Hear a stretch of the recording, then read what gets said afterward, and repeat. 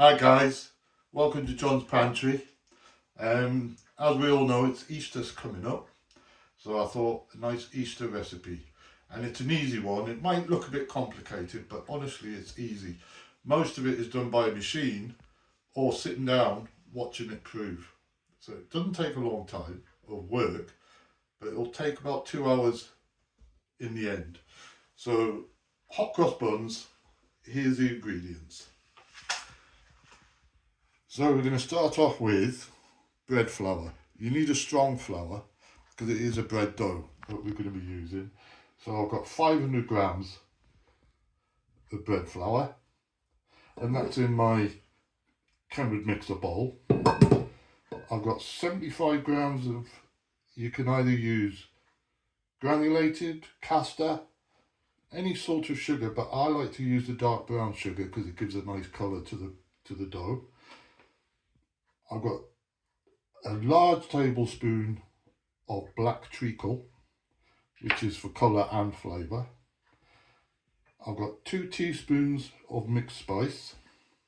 I've got a heaped tablespoon of butter. Now you don't need this last one, but I like to use it. And it's 2 tablespoons of milk powder.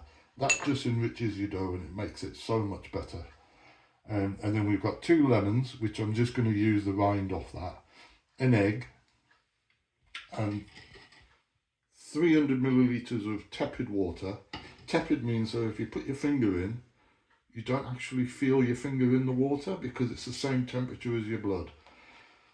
And then lastly, a mugful of sultanas that have been soaked in a mugful of hot tea. Black tea, no sugar. Just cover it in black tea, but when you make the cup of tea, use 2 tea bags, nice strong tea. What we'll do is we'll soak them, and just before we start making the dough, we're going to put them in a sieve and drain them off. But we're not going to put them in the dough on the machine. I'll show you what I mean later. And that's it, that's the ingredients. We'll come back once we've got the machine set up. Right guys, I forgot to mention the most important part of the bake is yeast.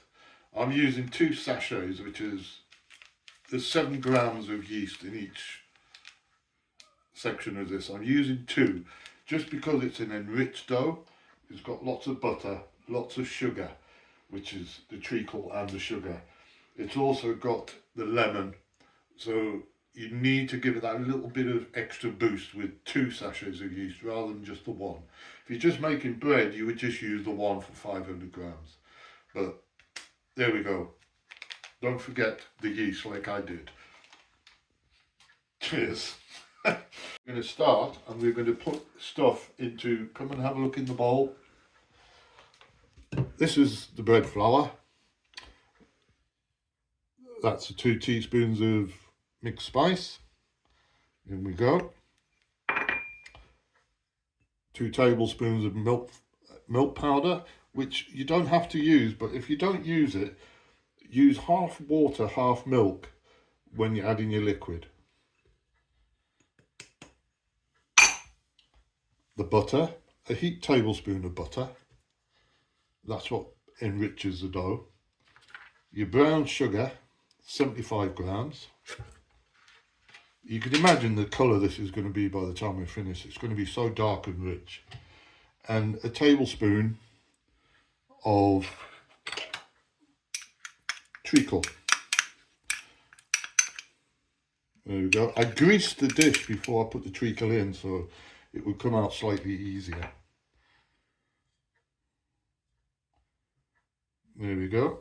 Now if you just look to the right there, you can see I've drained off the sultanas. They're all plumped up now. That tea's gone cold. They've been stood for an hour. So it's gone cold. You can't use them while they're still hot or warm. Back to the bowl. So you want a microfine, or you could use one of these graters, or you can pick these up for 50p out of B&M's. I've got the microfine grater and I'm just going to grate the zest.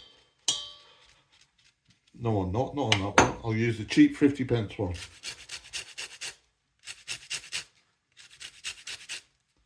Now, you can use mixed, you know, the mixed dried fruit.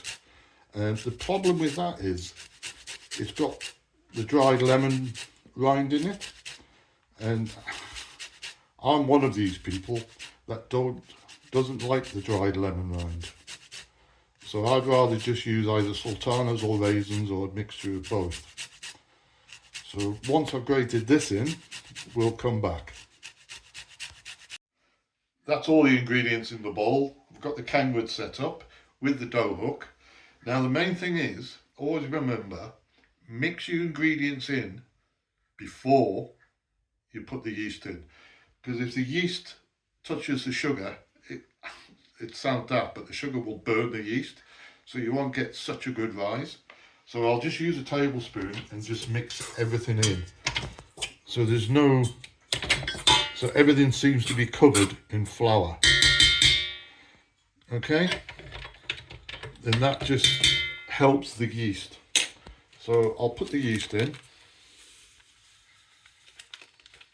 Like I say, I'm using 2 sachets.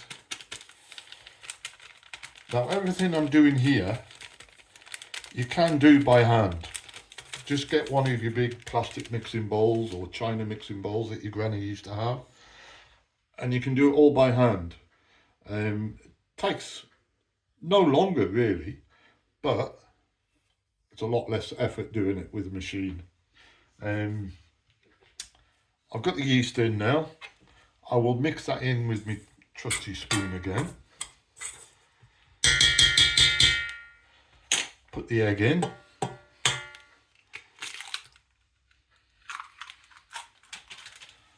And then I'll drop the dough hook in. Now when you add in the water, don't chuck it all in at once. Put it in, I would say put it just over half in now, and then you can gauge if it needs any more. Sorry for the noise.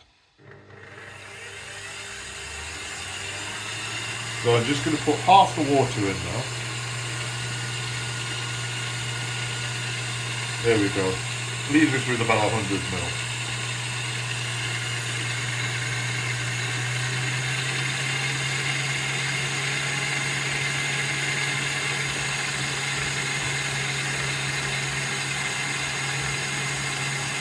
Slowly but surely it will come together, and you'll be able to see if it needs any more liquid just by what you're looking for. Is if you've ever made bread before, you're looking for a bread dough consistency. But notice I haven't put the sultanas in yet, just because if I put them in now, because they're so soft because they've been soaked, they would just mush up to a pulp. So what I'll do is I'll put these in by hand later on, just at the end of before we do the first few. Right, so you can see it does need some more water, so I'll put half of what I've got left in.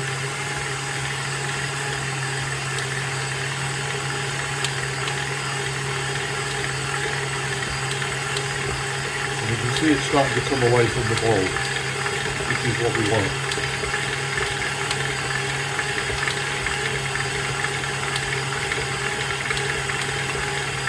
Now that looks perfect, so I'm still left with, I would say 30 millilitres of liquid, so I haven't put it all in. And I'll turn the machine off just so you can see how tacky it is. Now that looks really tacky, but once it's been on the machine for 10 minutes, and it's what's called kneading, that's a kneading hook, it will actually combine together and will become a nice soft dough.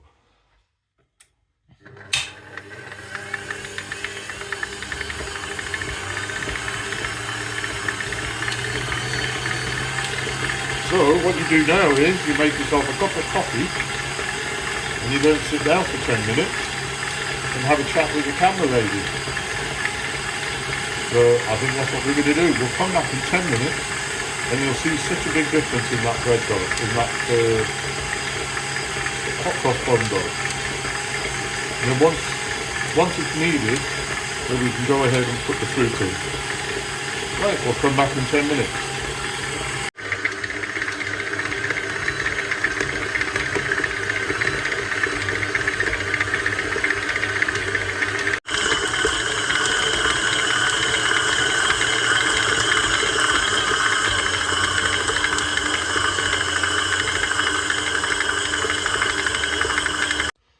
Right, that's the dough mixed. It's been on 10 minutes now, just on a medium speed. This is where we're going to add the fruit, because if I put the fruit in now, it would just make a mush. So I'll get the dough out. This is what we call an enriched dough. Enriched as it's got lots of sugar, lots of butter, and flavourings. So I wish this was smell-o-vision. It smells gorgeous. Camel woman, do you agree? Oh, I do. There we go. So notice it's not sticking to the board, so I don't need any flour. So I'm just going to try and make a rectangle with the dough, and there's the fruit. I'm going to put the fruit in and then just fold it over.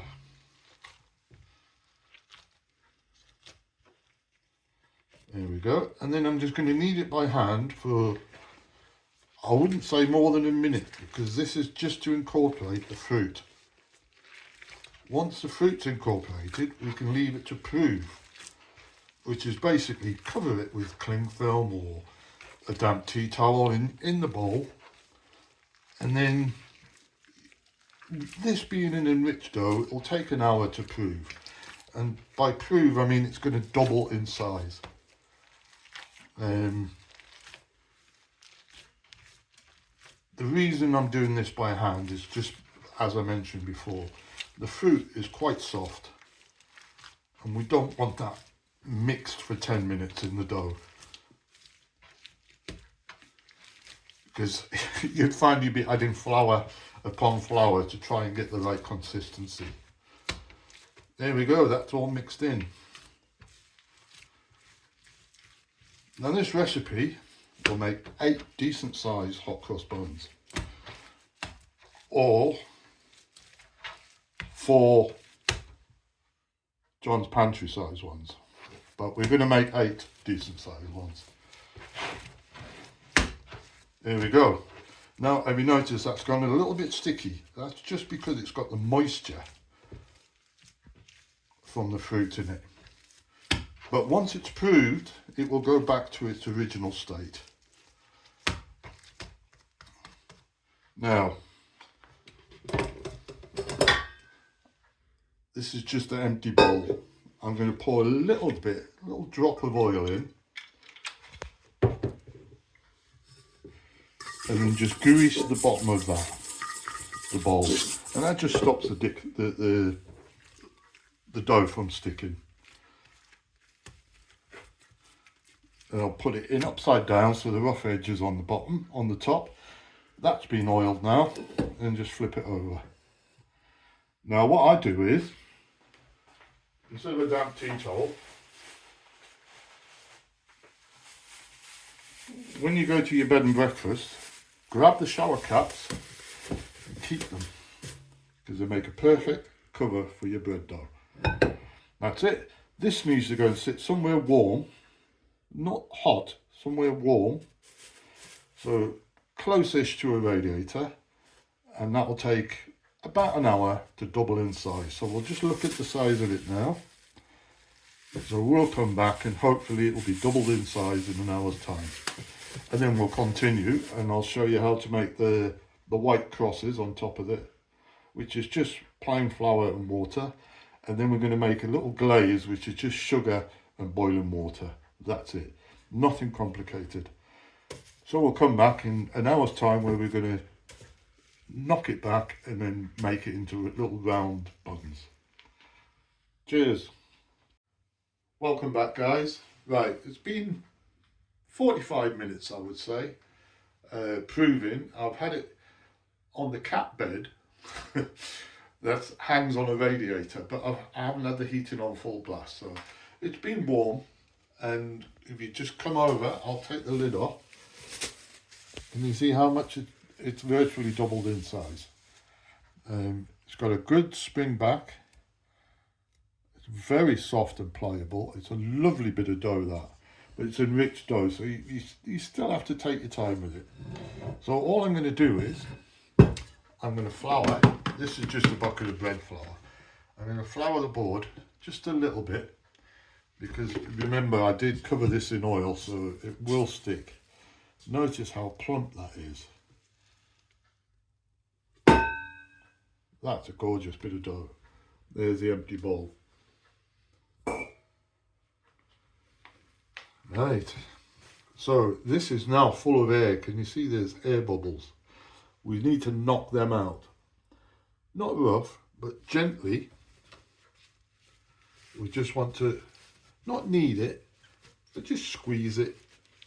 Just mainly get the large bubbles out of it, because you know, if you sometimes get a bread bone and you cut it in half and it's got a big huge bubble in it, it's mainly because it's never been what we call knocked back, which is get rid of all the air, the big air bubbles. There's one there. So like I say, you can cut this into 4, or cut it in half and you can make 2 little loaves. It's just a fruit loaf at the end of the day. But we're going to make hot cross buns, so we're going to do 8 out of this. So I'll get my little sharp knife and we'll cut it in half. Cut that in half. And then cut that in half. So that'll give us 8 altogether. It's a lovely soft dough, this. And then same again with this one. Cut that in half. Cut that in half. You could go ahead and weigh them if you wanted to, but this is home baking at the end of the day. Now there's a couple of ways you could make them into a round circle. You can just fold them over like this. You see, there's a bubble there. Just kneading and folding will just literally get rid of those air bubbles.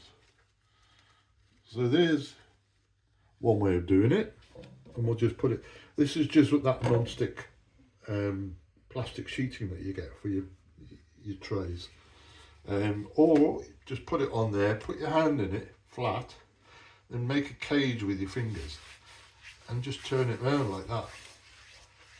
I haven't really got much pressure on it, and just let it turn round into a circle, and you end up with it like that. It does take practice, but once you've done it 2,000 or 3,000 times, it does get easier. But like I say, just bring it together. So what you're looking for is a smooth top to it. Then that will give us a lovely bake. So I'll get these ones done. Be 30 seconds.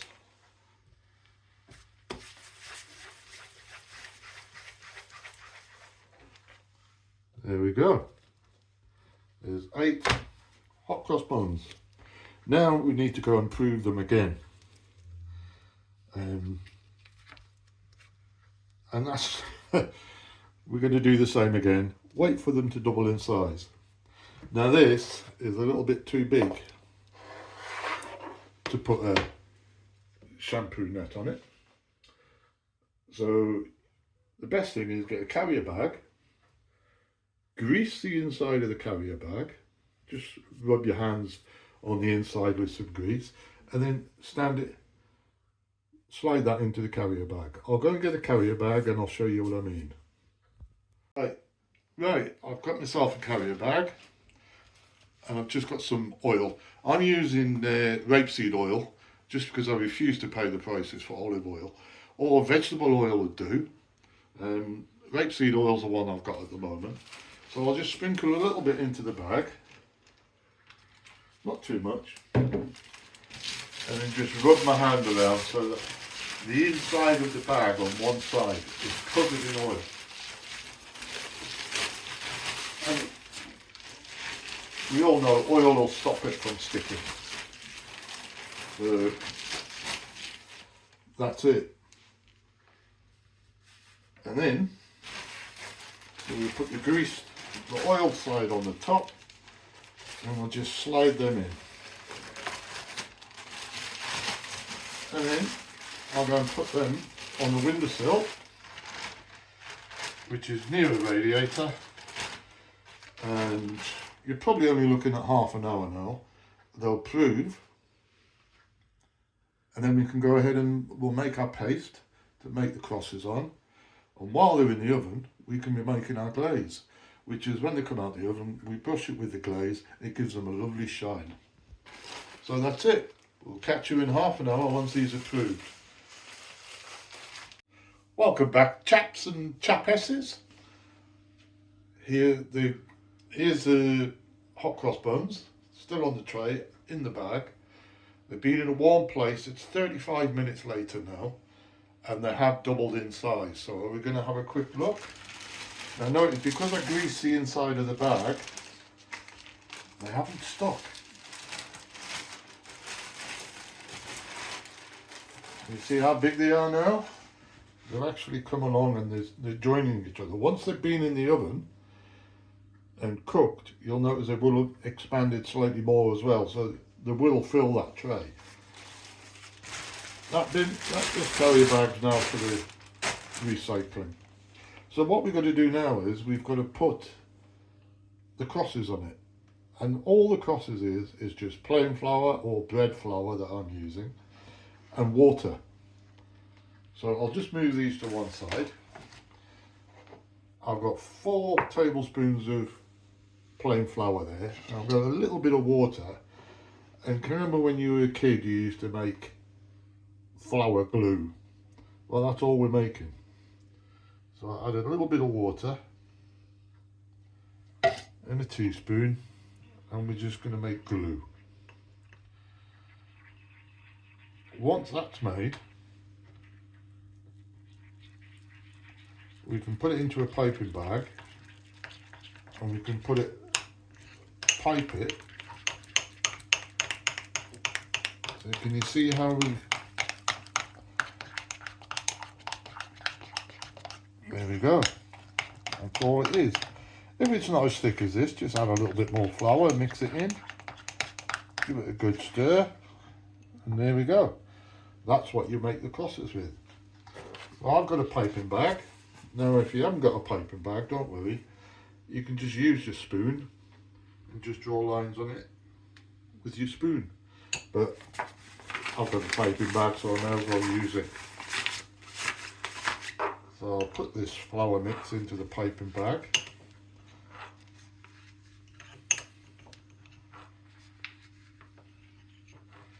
And on the end of the piping bag, I've just got a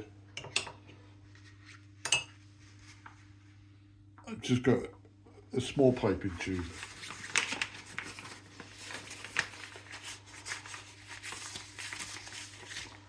So there we go. And we just want to just draw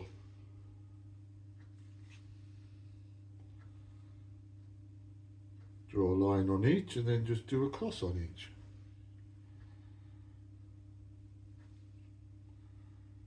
Hopefully we've got enough batter.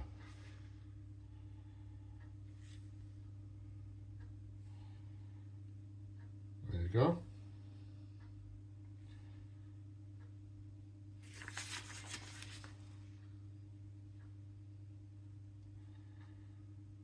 Oh, we're nearly running out, but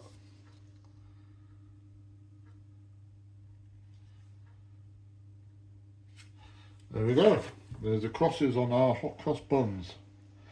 Now previously, before I set these away to go and prove, I'd turn the oven on. I've got the oven on 190 degrees centigrade. That's on fan. If it's not fan assisted electric oven, it's 200, and you're probably looking at gas mark 5. Then they're going in the oven.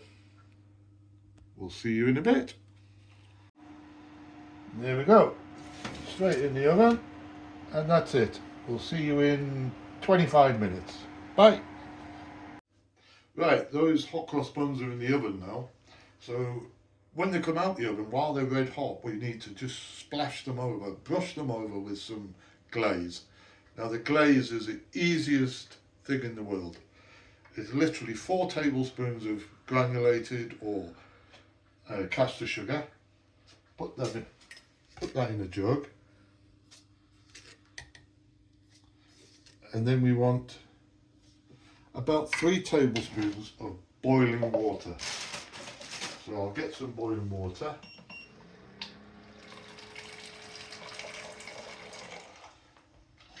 And then we'll literally just put some boiling water in with the sugar.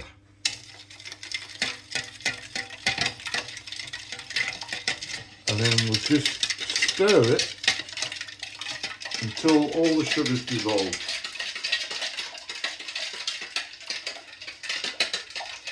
Now you could, if you wanted to, I mean, you could put it into a pan, bring it to the boil, or failing that, you could put this into the microwave. But normally I find if you just use boiling water and sugar, it will dissolve. And that's all you're looking for, is dissolving it. So you can still see there is some sugar left there, but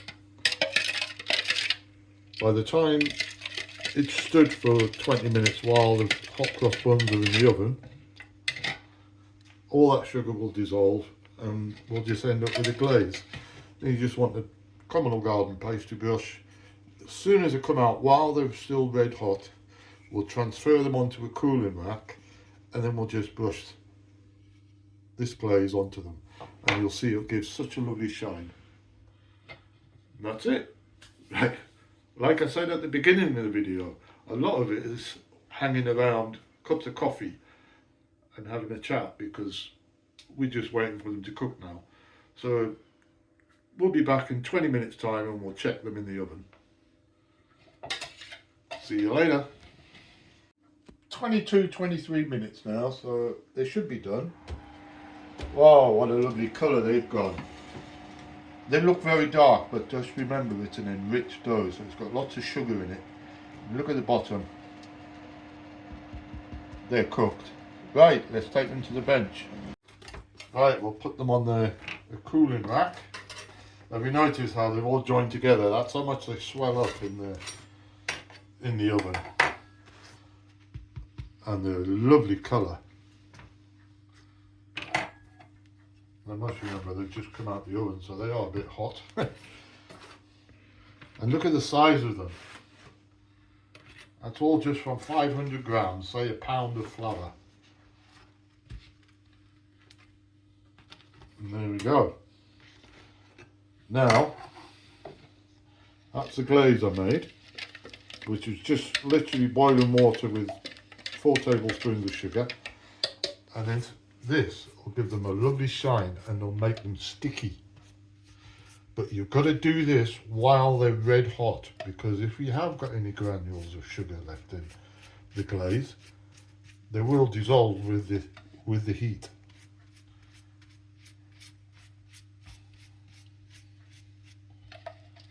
Now these are better than any supermarket or shop bought hot cross buns. I just wish you could smell how lovely they are. Right, now these need to stand on this rack for a good 20-25 minutes to cool down. And then we'll come back to them and we'll cut one in half and butter it, and then we'll savour the delights of a freshly homemade hot cross buns. There we go, nice and easy. Right, that's them all finished. They're nice and cool now. Well, they're slightly warm, but obviously you've got to eat one while it's slightly warm. So we'll cut it in half and we'll see what the texture's like.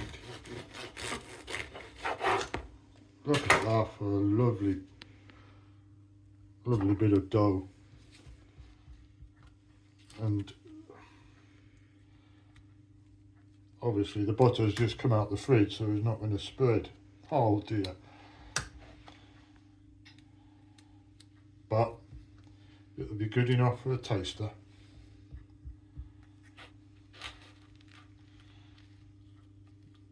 Yeah. I don't think you'll ever go back to store-bought hot cross buns. There we go.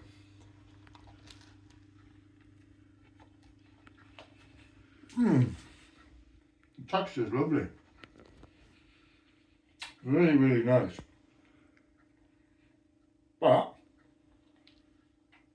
that's me saying that. See what the camera lady says.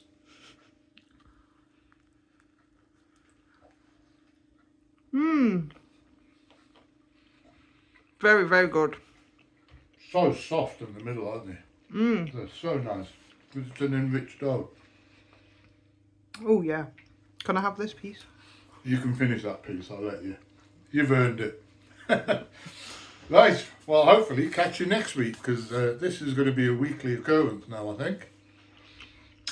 We might be having a bit more time on my hands. So, see you next week. Bye.